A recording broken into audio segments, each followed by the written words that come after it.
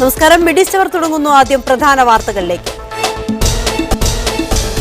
ഖത്തറിൽ 2000-ലധികം പേരെ നിയമിക്കാനുള്ള പൊതുജനാരോഗ്യത്തിന്റെ തീരുമാനം പ്രവാസികൾക്ക് ആശ്വാസമാകുന്നു. ഒമാനിൽ IT അധിഷ്ഠിത വ്യവസായങ്ങളുടെ കേന്ദ്രമാക്കാൻ ലക്ഷ്യമിട്ട് പുതിയ വെഞ്ചർ ക്യാപിറ്റൽ ഫണ്ട് പ്രവർത്തനം തുടങ്ങി. ക്രിമിനൽ കേസിൽ ശിക്ഷിക്കപ്പെടുന്ന പ്രവാസികളെ നിർബന്ധമായി നാട് കടത്തുന്ന വിധം UAE ശിക്ഷാ നിയമം പരിഷ്കരിച്ചു. പരമാവധി പിഴശിക്ഷ 1 ലക്ഷം ദിർഹമിൽ നിന്ന് 10 ലക്ഷം ദിർഹമായും ഉയർത്തി. പരിഷ്കരണം അടുത്തയാഴ്ച മുതൽ പ്രാബല്യത്തിൽ. കുവൈത്തിൽ പെട്രോൾ വില പുനഃക്രമീകരണം ഡിസംബറിലുണ്ടാകുമെന്ന് നാഷണൽ പെട്രോളിയം കമ്പനി. ഓരോ 3 മാസം കൂടുമ്പോഴും വില പുനർനിർണ്ണയിക്കാനുള്ള തീരുമാനത്തിന്റെ അടിസ്ഥാനത്തിലാണ് നടപടി. Kuwait national petroleum company deputy CEO Basim Al ഈസിയാണ് ഇക്കാര്യം അറിയിച്ചത്. സെപ്റ്റംബർ 1 മുതലാണ് കുവൈത്തിൽ പെട്രോൾ വില വർധന നിലവിൽ വന്നത്. സാമ്പത്തിക അച്ചടക്ക നടപടികളുടെ ഭാഗമായി ഇന്ധന സബ്സിഡി എടുത്തുമാറ്റിയതോടെയാണ് പെട്രോൾ ഇനങ്ങൾക്ക് 40 മുതൽ 83% വരെ വില കൂടിയത്. പ്രീമിയം പെട്രോൾ ലിറ്ററിന് 85 fils, super 105 fils, ultra low emission 165 fils എന്നിങ്ങനെയാണ് നിലവിലെ നിരക്ക്. ഓരോ 3 മാസം കൂടുമ്പോഴും അന്താരാഷ്ട്ര വിപണിയിലെ ക്രൂഡ് ഓയിൽ വിലക്ക് ആനുപാതികമായി ആഭ്യന്തര വിപണി വിലയും ക്രമീകരിക്കുമെന്ന് സർക്കാർ പ്രഖ്യാപിച്ചിരുന്നു. ഇതിനായി സബ്സിഡി പുനരവലോകന സമിതിയെ മന്ത്രിസഭ നിയോഗിക്കുകയുമുണ്ടായി. പെട്രോൾ നിരക്ക് വർദ്ധിച്ചത് കാരണം ജനങ്ങൾ താരതമ്യേന വില കുറഞ്ഞ പ്രീമിയം പെട്രോൾ കൂടുതലായി ഉപയോഗിക്കുന്ന സാഹചര്യമാണുള്ളത്. സെപ്റ്റംബറിന് ശേഷം പ്രീമിയം പെട്രോളിന്റെ ഉപയോഗത്തിൽ 60% വർധനയാണുണ്ടായത്. ഈ സാഹചര്യത്തിൽ ഓരോ വാഹനങ്ങൾക്കും അനുയോജ്യമായ പെട്രോൾ ഇനങ്ങൾ തെരഞ്ഞെടുക്കാൻ വാഹന ഉടമകളെ സഹായിക്കുന്ന പ്രത്യേക സ്മാർട്ട് ഫോൺ ആപ്ലിക്കേഷൻ KNPC പുറത്തിറക്കിയതായി ഡെപ്യൂട്ടി CEO പറഞ്ഞു. Media 1 Kuwait City. അടുത്ത വർഷം നൂതന സൗകര്യങ്ങളോട് കൂടിയ 30 പുതിയ വിമാനങ്ങൾ വാങ്ങുമെന്ന് സൗദി എയർലൈൻസ് വ്യക്തമാക്കി. സൗദിയുടെ മുഴുവൻ വിമാനങ്ങളും പുതുക്കുന്നതിന്റെ ഭാഗമായാണിത്. ഇതോടെ പഴയ ഏതാനും വിമാനങ്ങളുടെ സേവനം അവസാനിപ്പിക്കും. സൗദി എയർലൈൻസ് വിമാനങ്ങളുടെ പഴക്കം ശരാശരി 4 വർഷത്തിന് താഴെയാക്കാനാണ് പദ്ധതി. ലോകാടിസ്ഥാനത്തിൽ ഏറ്റവും പുതിയ വിമാനങ്ങളുള്ള കമ്പനിയായി സൗദി എയർലൈൻസ് മാറുമെന്നും സൗദി അധികൃതർ വ്യക്തമാക്കി. പുതുതായി രൂപം നൽകിയ SV2020 പദ്ധതിയുടെ ഭാഗമായാണ് വിമാനങ്ങൾ പുതുക്കുകയും എണ്ണം വർദ്ധിപ്പിക്കുകയും ചെയ്യുന്നതെന്ന് Saudi airlines technology head engineer Muhammad Swalih പറഞ്ഞു. അനിയന്ത്രിതമായ തിരക്കനുഭവപ്പെടുന്ന ആഭ്യന്തര സർവീസുകളിൽ സീറ്റുകളുടെ എണ്ണം വർദ്ധിപ്പിച്ചുള്ള നിരന്തരമായി ഉയർന്നുവരുന്ന യാത്രക്കാരുടെ ആവശ്യം പരിഹരിക്കുമെന്നും അദ്ദേഹം പറഞ്ഞു. വിദേശ സർവീസുകൾ കൂടുതൽ ഡെസ്റ്റിനേഷനുകളിലേക്ക് നീട്ടി വിപുലപ്പെടുത്താനും ഇതുമൂലം സാധിക്കുമെന്ന് സൗദി ജനറൽ മാനേജർ പറഞ്ഞു. ഈ വർഷം വാങ്ങിയ വിമാനങ്ങൾ ആഭ്യന്തര വിദേശ സർവീസ് രംഗത്തെ സേവനങ്ങൾ എളുപ്പമാക്കിയിട്ടുണ്ട്. നേരിട്ടുള്ള പുതിയ ചില അന്താരാഷ്ട്ര സർവീസുകൾ ആരംഭിക്കാനും കഴിഞ്ഞിട്ടുണ്ട്.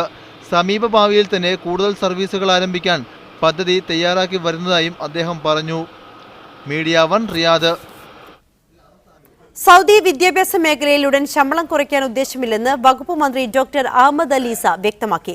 മന്ത്രിമാരുടെ ശമ്പളവും ശൂറാംഗങ്ങളുടെ ആനുകൂല്യവും കുറച്ച സാഹചര്യത്തിൽ ജീവനക്കാരുടെ ശമ്പളം കുറയ്ക്കാൻ സാധ്യതയുണ്ടെന്ന അഭ്യൂഹം പ്രചരിച്ച സാഹചര്യത്തിലാണ് മന്ത്രിയുടെ വിശദീകരണം.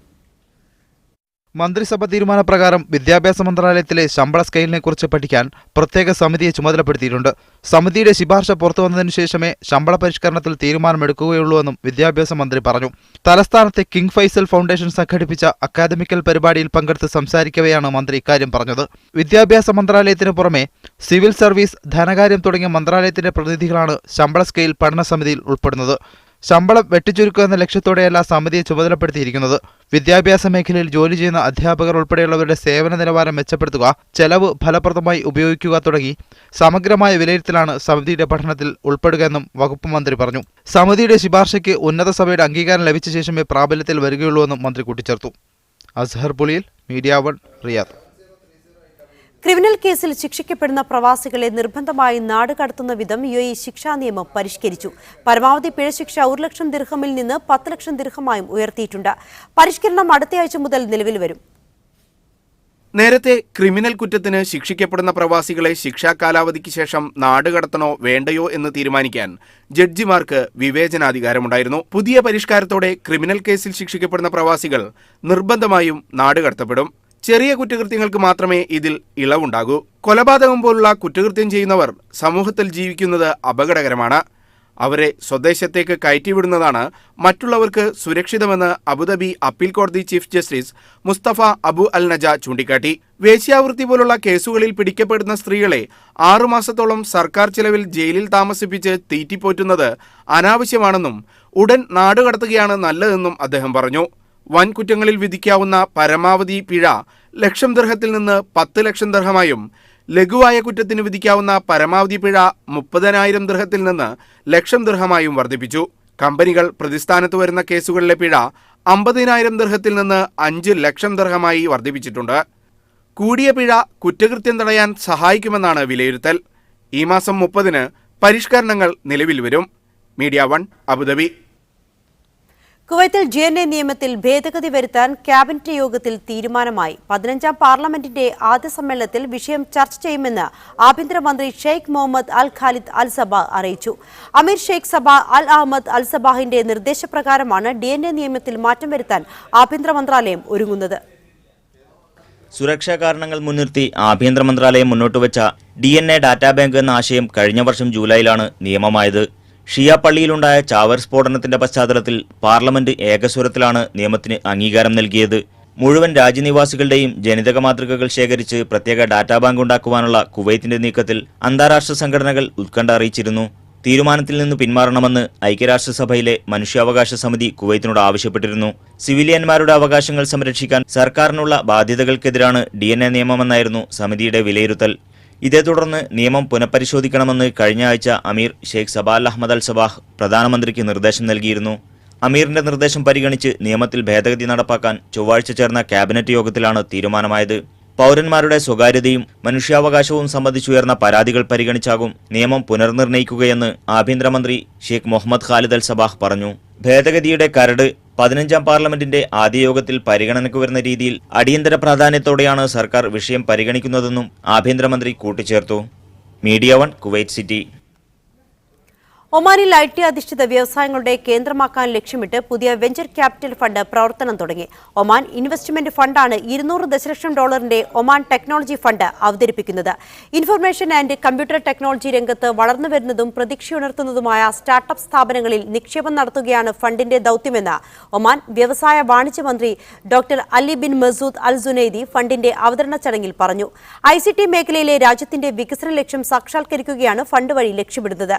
രാജ്യത്തിന്റെ സമ്പദ് വ്യവസ്ഥയ്ക്ക് ഗുണപ്രദമായ സംരംഭങ്ങളിലാകും ഫണ്ടിലെ പണം നിക്ഷേപിക്കുകയെന്നും മന്ത്രി പറഞ്ഞു. ഉസ്മാനിയ ഖിലാഫത്ത് കാലം ഹംഗറിയിൽ അവശേഷിപ്പിച്ച ചരിത്ര വസ്തുക്കളുടെ പ്രദർശനം ഷാർജയിൽ തുടങ്ങി. 5 നൂറ്റാണ്ടിലേറെ പഴക്കമുള്ള വസ്ത്രങ്ങളും ആയുധങ്ങളും അക്കാലത്തെ കലാവിരുതും സാങ്കേതിക വിദ്യയും വിളിച്ചറിയിക്കുന്നു.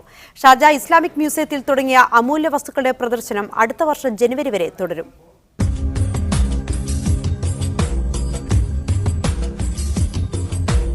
ഹംഗേറിയൻ തലസ്ഥാനമായ ബുഡാപെസ്റ്റിലെ അപ്ലൈഡ് ആർട്ട് മ്യൂസിയത്തിൽ നിന്നാണ് ഈ അമൂല്യ ചരിത്രശേഷിപ്പുകൾ എത്തിച്ചത്. 16-17 നൂറ്റാണ്ടുകാലത്ത് ഹംഗറിയിലെ ചില പ്രദേശങ്ങൾ തുർക്കി ആസ്ഥാനമായ ഉസ്മാനിയ ഖിലാഫത്ത് അഥവാ ഒട്ടോമൻ സാമ്രാജ്യത്തിന് കീഴിലായിരുന്നു. അക്കാലത്ത് ആഘോഷവേളകളിൽ കുട്ടികൾ ധരിച്ചിരുന്ന വസ്ത്രമാണിത്.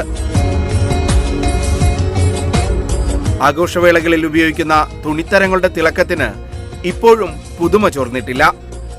മുത്തും പവിഴവും പതിച്ച ആയുധങ്ങൾ, അങ്ങനെ 50-ലധികം ചരിത്രശേഷിപ്പുകളാണ് പ്രദർശനത്തെ പ്രൗഢമാക്കുന്നത്.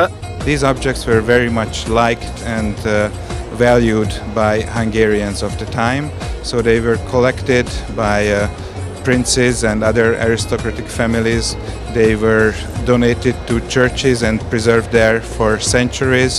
ആദ്യമായാണ് ഈ പുരാവസ്തുക്കൾ അറബ് ലോകത്തേക്ക് എത്തുന്നത്. ജനുവരി 19 വരെ ഈ പ്രദർശനം ഷാർജയിൽ തുടരും. 500 വർഷത്തിലേറെ പഴക്കമുള്ള ഉസ്മാനിയ കാലഘട്ടത്തിന്റെ ജീവിക്കുന്ന തെളിവുകളാണ് ഷാർജയിലെത്തിയിരിക്കുന്നത്. ഷാർജ ഇസ്ലാമിക് മ്യൂസിയത്തിൽ നിന്നും ഷിനോ ഷംസുദ്ദീൻ, മീഡിയ 1. ഖത്തറിൽ നടന്ന ഡോക്ടർ APJ അബ്ദുൽ കലാം ജന്മദിനാചരണ ചടങ്ങിൽ ഇന്ത്യൻ മാധ്യമപ്രവർത്തകയും എഴുത്തുകാരിയുമായ റാണ അയൂബിനെ പങ്കെടുപ്പിക്കരുതെന്ന് കാട്ടി ഇന്ത്യൻ എംബസി സംഘാടകർക്ക് നൽകിയ നിർദ്ദേശം വിവാദമായി. പ്രധാനമന്ത്രി നരേന്ദ്രമോദിക്കടക്കം ഗുജറാത്ത് കലാപത്തിൽ പങ്കുണ്ടായിരുന്നതായി തന്റെ പുസ്തകത്തിലൂടെ വെളിപ്പെടുത്തിയ എഴുത്തുകാരിയാണ് റാണ അയൂബ്. വിവരങ്ങളുമായി ദോഹയിൽ നിന്നും മുജീബ് ചേരുന്നു. മുജീബ്, മോദിയെ വിമർശിച്ചുകൊണ്ടുള്ള പുസ്തകം എഴുതിയത് തന്നെയാണോ റാണ അയൂബിന് പരിപാടിയിൽ നിന്ന് വിലക്കാൻ ഇന്ത്യൻ എംബസിയെ പ്രേരിപ്പിച്ചത്? അഞ്ജിത, നമ്മൾ അങ്ങനെ തന്നെ വേണം മനസ്സിലാക്കാൻ. ഖത്തറിലെ Indian association of Bihar and Jharkhand എന്ന സംഘടനയുടെ നേതൃത്വത്തിൽ കഴിഞ്ഞ ദിവസം ദോഹയിൽ നടത്താനിരുന്ന APJ അബ്ദുൽ കലാമിന്റെ 85ാമത് ജന്മദിനാചരണ ചടങ്ങിലായിരുന്നു റാണ അയൂബ് മുഖ്യാതിഥിയായി പങ്കെടുക്കേണ്ടിയിരുന്നത്. അവർ ദോഹയിൽ എത്തുകയും ചെയ്തു. എന്നാൽ അവസാന നിമിഷം റാണ അയ്യൂബിനെ ഒഴിവാക്കണമെന്ന് സംഘാടകർക്ക് ഇന്ത്യൻ എംബസിയിലെ ഉന്നത ഉദ്യോഗസ്ഥൻ ഒരു കത്ത് കൊടുക്കുകയായിരുന്നു, ആവശ്യപ്പെടുകയായിരുന്നു. അദ്ദേഹം ICCയിൽ ഭാരവാഹികൾക്ക് അങ്ങനെ ഒരു അറിയിപ്പ് നൽകിയതിനെ തുടർന്ന് പരിപാടി റദ്ദാക്കേണ്ടി വന്നു. ഒക്ടോബർ 23-ന് ICCയിലെ അശോക ഹാളിലായിരുന്നു പരിപാടി നടക്കേണ്ടിയിരുന്നത്. റാണയെ ക്ഷണിച്ചു വരുത്തിയ ശേഷം റാണയില്ലാതെ പരിപാടി സംഘടിപ്പിക്കുന്നതിൽ സംഘാടകർക്ക് വിഷമം ഉണ്ടാവുകയും അങ്ങനെ പരിപാടി നടത്തേണ്ടതില്ല എന്ന് അവർ തീരുമാനിക്കുകയും ചെയ്തു. അങ്ങനെ പരിപാടി റദ്ദായി. പിന്നീട് റാണ ഇന്ത്യയിലേക്ക് മടങ്ങി പോവുകയായിരുന്നു. പക്ഷേ ഇതിനിടയിൽ റാണ അയ്യൂബ് ദോഹയിലെ അൽ ജസീറ ചാനലിന് ഒരു അഭിമുഖം നൽകുകയും ഈ അഭിമുഖത്തിൽ മോദി ഭരണകൂടം തന്നെ ഇപ്പോഴും വേട്ടയാടുകയാണ്, അതിന്റെ ഭാഗമായി തന്നെ വേണം ദോഹയിലെ പരിപാടി റദ്ദാക്കപ്പെട്ടതിനെ മനസ്സിലാക്കാൻ എന്ന് തുറന്നു പറയുകയും ചെയ്തതാണ് ഇപ്പോൾ വിവാദമായിരിക്കുന്നത്. അതേസമയം ഇന്ത്യൻ എംബസിയിലെ ഉദ്യോഗസ്ഥരോ അതുപോലെ തന്നെ association of Bihar and Jharkhand ഭാരവാഹികളോ ഈ വിഷയത്തിൽ ഇതുവരെ ഔദ്യോഗികമായി പ്രതികരണം അറിയിച്ചിട്ടില്ല. ഖത്തറിൽ നടക്കുന്ന ഡോക്ടർ APJ അബ്ദുൽ കലാം ജന്മദിനാചരണ ചടങ്ങിൽ ഇന്ത്യൻ മാധ്യമപ്രവർത്തകയും എഴുത്തുകാരിയുമായ റാണ അയ്യൂബിനെ പങ്കെടുപ്പിക്കരുതെന്ന് കാട്ടി ഇന്ത്യൻ എംബസി സംഘാടകർക്ക് നിർദ്ദേശം നൽകി. സംഭവം വിവാദമായതിനെ തുടർന്ന് സംഘാടകർ പരിപാടി റദ്ദാക്കി. വിവരങ്ങളാണ് മുജീബ് നൽകിയത്. മസ്കത്തിൽ അറേബ്യൻ ഇവന്റ്സ് മാനേജ്മെന്റിന്റെ നേതൃത്വത്തിൽ നവംബർ 4-ന് റൂവി ഷെറാട്ടൺ ഹോട്ടലിൽ സ്റ്റേജ് ഷോ സംഘടിപ്പിക്കുന്നു. രമേശ് പിഷാരടി, ധർമ്മജൻ, സുബി, സുനീഷ് എന്നിവർ അണിനിരക്കുന്ന കോമഡി പരിപാടിയാണ് ഷോയുടെ പ്രധാന ആകർഷണം. ഇതോടൊപ്പം അൻവർ സാദത്ത്, രൂപ, വില്യംസ് എന്നിവർ പങ്കെടുക്കുന്ന സംഗീത പരിപാടി, ചലച്ചിത്ര നടിമാരായ ഡോക്ടർ സ്വാതി നാരായണൻ, അർച്ചന എന്നിവരുടെ നൃത്ത പരിപാടി എന്നിവയും ഉണ്ടാകും. ചലച്ചിത്ര അക്കാദമി ചെയർമാൻ T. രാജിത് നാഥിനെ പരിപാടിയിൽ ആദരിക്കുകയും ചെയ്യും. വാർത്താ സമ്മേളനത്തിൽ Arabian event management managing director Francis Joseph, show director Albert Alex, creative director Premjith Nair എന്നിവർ സംബന്ധിച്ചു. ദുബായ് വേൾഡ് ട്രേഡ് സെന്ററിൽ കൺസെപ്റ്റ് ബിഗ് ബ്രാൻഡ്സ് കാർണിവൽ വീണ്ടും. ഷൈഖ് സയ്യിദ് ഹോൾ 3-ൽ ചൊവ്വാഴ്ച തുടങ്ങിയ വിലക്കുറവ് മേള 29-ന് സമാപിക്കും. ലോകത്തെ 200ഓളം പ്രമുഖ ബ്രാൻഡുകളുടെ ഷൂ, സൺഗ്ലാസ്, ബാഗ്, വസ്ത്രങ്ങൾ, സുഗന്ധദ്രവ്യം, സൗന്ദര്യവർദ്ധക വസ്തുക്കൾ തുടങ്ങിയവയാണ് 25 മുതൽ 75% വരെ വിലക്കിഴിവിൽ വിൽക്കുന്നതെന്ന് ബന്ധപ്പെട്ടവർ അറിയിച്ചു. 8ാമത് മാർക്കറ്റിംഗ് ആൻഡ് ബ്രാൻഡിംഗ് കോൺഗ്രസ് വീക്കിനോടനുബന്ധിച്ച് ഏർപ്പെടുത്തിയ അൽലീം എക്സലൻസ് അവാർഡുകൾ വിതരണം ചെയ്തു. Media personality of the year award Khaleej Times associate business editor Isaac പട്ടാണിപ്പറമ്പിലും, media professional of the year award NM അബൂബക്കറും ഏറ്റുവാങ്ങി. അൽലീം കോർപ്പറേഷൻ സ്ഥാപകനും എക്സിക്യൂട്ടീവ് ചെയർമാനുമായ ഡോക്ടർ റാഷിദ് അൽലീമാണ് അവാർഡുകൾ സമ്മാനിച്ചത്. സൗദി തൊഴിൽ മന്ത്രാലയം സംഘടിപ്പിക്കുന്ന 8ാമത് സാമൂഹ്യ സംവാദം റിയാദിൽ തുടങ്ങി. King Abdul Aziz National Dialogue സെന്ററിൽ നടക്കുന്ന ദ്വിദിന സംവാദം തൊഴിൽ സാമൂഹ്യക്ഷേമ വകുപ്പ് മന്ത്രി ഡോക്ടർ മുഫ്രിജ് അൽ ഹക്ബാനി ഉദ്ഘാടനം ചെയ്തു. രാജ്യപുരോഗതിയിൽ സാമൂഹ്യ സംവാദത്തിന് വലിയ പങ്കുവഹിക്കാനുണ്ടെന്ന് തൊഴിൽ മന്ത്രി ഡോക്ടർ മുഫ്രിജ് അൽ ഹക്ബാനി പറഞ്ഞു. രാജ്യത്തെ തൊഴിലന്തരീക്ഷം വികസിപ്പിക്കുക, തൊഴിൽ സ്ഥിരതയും സുരക്ഷയും ഉറപ്പാക്കുക, സ്വദേശി തൊഴിൽ ശക്തിയുടെ ഉൽപ്പന്നമതിത്വം മെച്ചപ്പെടുത്തുക എന്നിവയാണ് മുഖ്യമായും ഇതിലൂടെ ലക്ഷ്യമിടുന്നതെന്നും മന്ത്രി പറഞ്ഞു. തുടർച്ചയായ സംവാദങ്ങളിലൂടെയും ആസൂത്രണങ്ങളിലൂടെയും ഒരു സമ്പൂർണ്ണ തൊഴിൽ പോളിസി രൂപപ്പെടുത്തേണ്ടതുണ്ട്. തീരുമാനമെടുക്കുന്നതിന് മുമ്പ് ബന്ധപ്പെട്ട എല്ലാവരുമായും സംവാദം സാധ്യമാക്കണം. തൊഴിൽ വിപണിയുടെ കാതലായ മാറ്റത്തിനും അനുകൂലമായ പരിഷ്കരണത്തിനും ദേശീയ സംവാദം നിമിത്തമാകുമെന്നും ഹക്കബാനി പറഞ്ഞു. തൊഴിൽ സഹമന്ത്രി Ahmed Al Humaidan, GOSI governor Sulaiman Al Khuwais, King Abdul Aziz dialogue centre secretary general Faisal Muammar, Hadaf general manager doctor Abdul Karim Aljunaidi, Riyadh chamber vice president Mansour ഛത്രി, labour union president Nidal Ridwan തുടങ്ങി പ്രമുഖർ സംസാരിച്ചു. വിവിധ തൊഴിൽ മേഖലകളും സർക്കാർ വിഭാഗങ്ങളും പൊതുസമൂഹവും ചേർന്ന് തൊഴിൽ വിപണിയുടെ പരിഷ്കരണം സാധ്യമാക്കുക, സൗദി മാനവവിഭവശേഷിയെ വിപണിക്ക് അനുകൂലമായി പരിശീലിപ്പിക്കുക എന്നിവയാണ് സംവാദത്തിന്റെ ലക്ഷ്യം. സംവാദം വ്യാഴാഴ്ച വൈകിട്ട് സമാപിക്കും. റബി മുഹമ്മദ്, മീഡിയ 1, റിയാദ്. 30 വർഷത്തെ പ്രവാസം അവസാനിപ്പിച്ച് നാട്ടിലേക്ക് മടങ്ങുന്ന KG ഗസാലി യൂണിറ്റ് അംഗം റഫീഖ് KVക്ക് KG കുവൈത്ത് യാത്രയയപ്പ് നൽകി. ഫർവാന ഐഡിയൽ ഓഡിറ്റോറിയത്തിൽ നടന്ന പരിപാടിയിൽ ഏരിയ പ്രസിഡന്റ് ഹനീഫ് TM അധ്യക്ഷത വഹിച്ചു. ഏരിയയുടെ ഉപഹാരം KG വെസ്റ്റ് മേഖലാ പ്രസിഡന്റ് ഫിറോസ് ഹമീദ് നൽകി. തൃശൂർ അസോസിയേഷൻ ഓഫ് കുവൈത്ത് 10ാം വാർഷികം ആഘോഷിച്ചു. ഹവല്ലി അമേരിക്കൻ ഇന്റർനാഷണൽ സ്കൂൾ ഓഡിറ്റോറിയത്തിൽ നടന്ന പരിപാടി Indian embassy second secretary AK Srivastava ഉദ്ഘാടനം ചെയ്തു. അസോസിയേഷൻ പ്രസിഡന്റ് സെബാസ്റ്റ്യൻ ബാതുക്കടൻ അധ്യക്ഷത വഹിച്ചു. സുഗുണനാഥ്, അജയ് കുമാർ, ജോൺ സൈമൺ, മനോജ്, അംബിക, മുകുന്ദൻ തുടങ്ങിയവർ സംസാരിച്ചു. വിവിധ കലാ സാംസ്കാരിക പരിപാടികളും അരങ്ങേറി. ഖത്തറിൽ ബൈക്ക് അപകടത്തിൽ മലയാളി യുവാവ് മരിച്ചു. കണ്ണൂർ കസാനക്കോട്ട സ്വദേശി ഷെയ്മാസിൽ സാജിദ് അലിയാണ് മരിച്ചത്. 29 വയസ്സായിരുന്നു. ഇന്ന് രാവിലെ ഉംസാലിലെ ജോലിസ്ഥലത്തേക്ക് പോകുന്നതിനിടെ സാജിദ് ഓടിച്ചിരുന്ന ബൈക്ക് മറിഞ്ഞാണ് അപകടമുണ്ടായത്. ഭാര്യയും 1 വയസ്സുള്ള മകളുമുണ്ട്. മൃതദേഹം ഹമദ് ആശുപത്രി മോർച്ചറിയിൽ സൂക്ഷിച്ചിരിക്കുകയാണ്. ശൈത്യകാലത്തിന്റെ വരവറിയിച്ച് ഖത്തറിൽ വിവിധ ഭാഗങ്ങളിൽ ഇന്ന് ഉച്ചയോടെ നേരിയ തോതിൽ മഴ പെയ്തു. ദോഹ ദുഖാൻ റോഡിൽ മഴ പെയ്തതിന്റെ വീഡിയോ ദൃശ്യങ്ങൾ സാമൂഹിക മാധ്യമങ്ങളിൽ പ്രചരിക്കുന്നുണ്ട്. പ്രാദേശികമായി രൂപപ്പെട്ട മഴമേഘങ്ങളുടെ ചിത്രങ്ങൾ റഡാർ വഴി ലഭിച്ചതായി കാലാവസ്ഥാ വകുപ്പ് അറിയിച്ചു. നേരത്തെ പ്രവചിച്ചതിൽ നിന്ന് 10 ദിവസം വൈകിയാണ് രാജ്യത്ത് മഴ ലഭിക്കുന്നത്.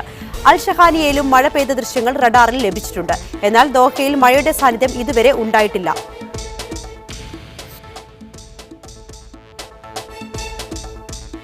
ഇതോടെ മിഡിസ്റ്റ് അവരുടെ പൂർണ്ണമാകുന്നു. ഇനി സ്പെഷ്യൽ എഡിഷൻ പുനഃസംപ്രേഷണം കാണാം. Good night.